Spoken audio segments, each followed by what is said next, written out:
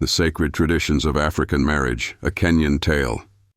Long ago, in the rich and fertile lands of Kenya, where the winds whispered through acacia trees and the rivers sang ancient songs, marriage was a sacred union celebrated with deep respect and tradition.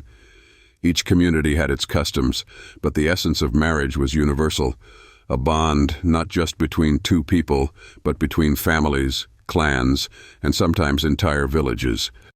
Kamau, a young man from the Kikuyu highlands, was known for his strength and integrity. Akeo, from the Luo lakeside, was famed for her beauty and wisdom. Though they were from different tribes, their story reflects the unity and diversity of old African traditions.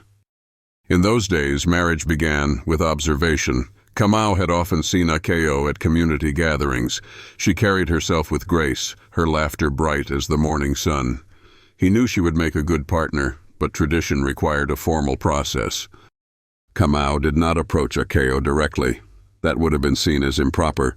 Instead, he sought the counsel of his elders.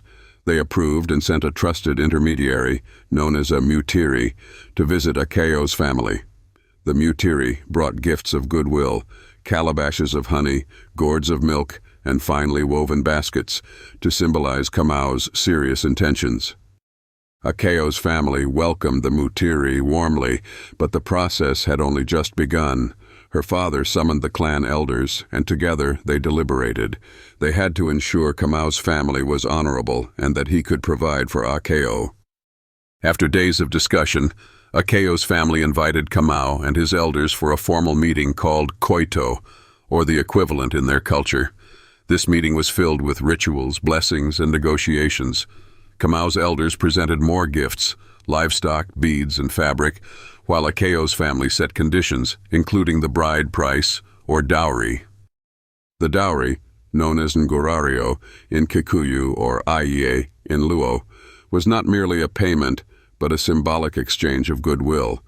Kamau's family presented cows, goats, and sacks of grain.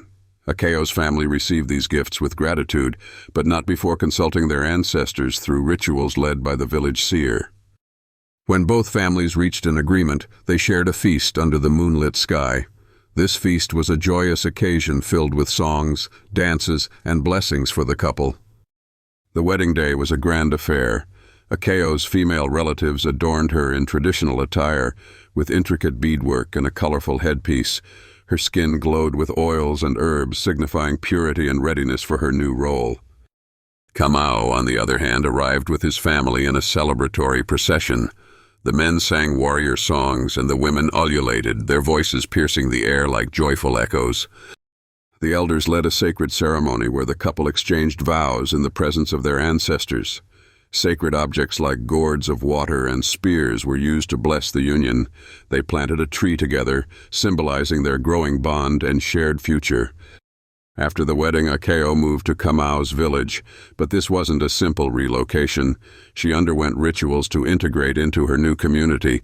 She learned their ways, their songs, and their dances. The women of the village welcomed her warmly, teaching her the responsibilities of her new home. Kamau and Akeo's marriage was more than love. It was a pact between their families and a promise to future generations. Their story reminds us that in ancient Kenya, marriage was a bridge connecting hearts, families, and communities. Even today, echoes of these traditions remain, reminding us of the beauty and unity of African culture.